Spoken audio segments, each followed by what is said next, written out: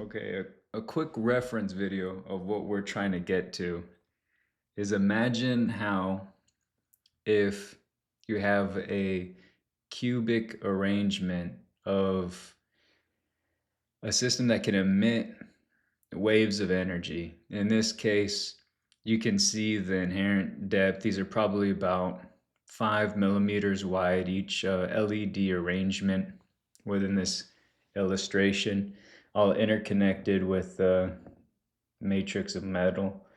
You can start to imagine how AC channels, and by using bridge rectification, we might be able to create surface or subterraneous interconnections to LED arrangement such that the communications channel isn't just smoke flashing signals of binary characteristics on, off, or uh, double pause, kind of a OG,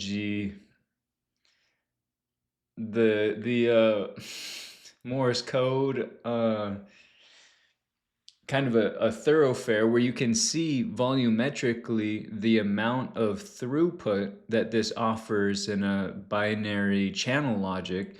Well, what we can do now with color channels is you can then consider the amount of quality of how much data can be read, how subtle the change of, say, 255 coloration of RGB is, such that the other implemented the other device can pick up on that kind of a nuance.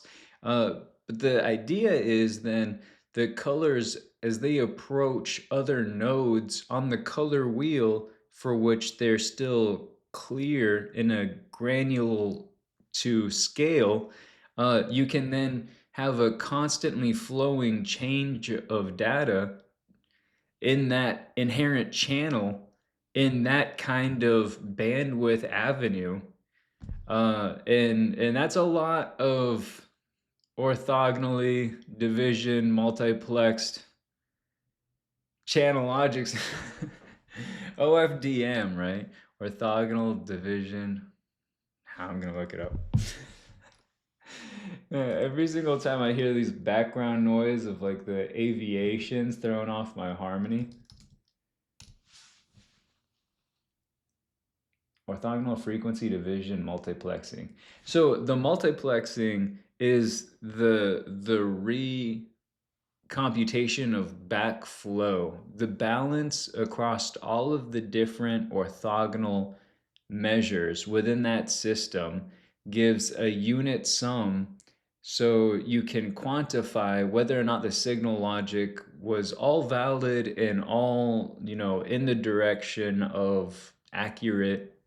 And so that way, if there's this moment where a chunk of the system is moving in the wrong direction because of, a lot of this matrix is in suspension in a system in an atmospheric environment. So if that change creates a reversal effect of signal induced at the final state, well, that's why we have the multiplexing balancer inside of the channel logic that's distributed throughout the entire apparatus, and these sums for the shades of effect that can happen. And then also by using the calculi of echoes, because it's going to take longer for the signal to go through a high resistance environment. The photonics will have to bounce much more through a certain volume of space than otherwise. Then those kinds of behavioral changes can be finally a part of the cross compute. And yeah, still a little too excited about these podcasts. I need to turn it down a notch.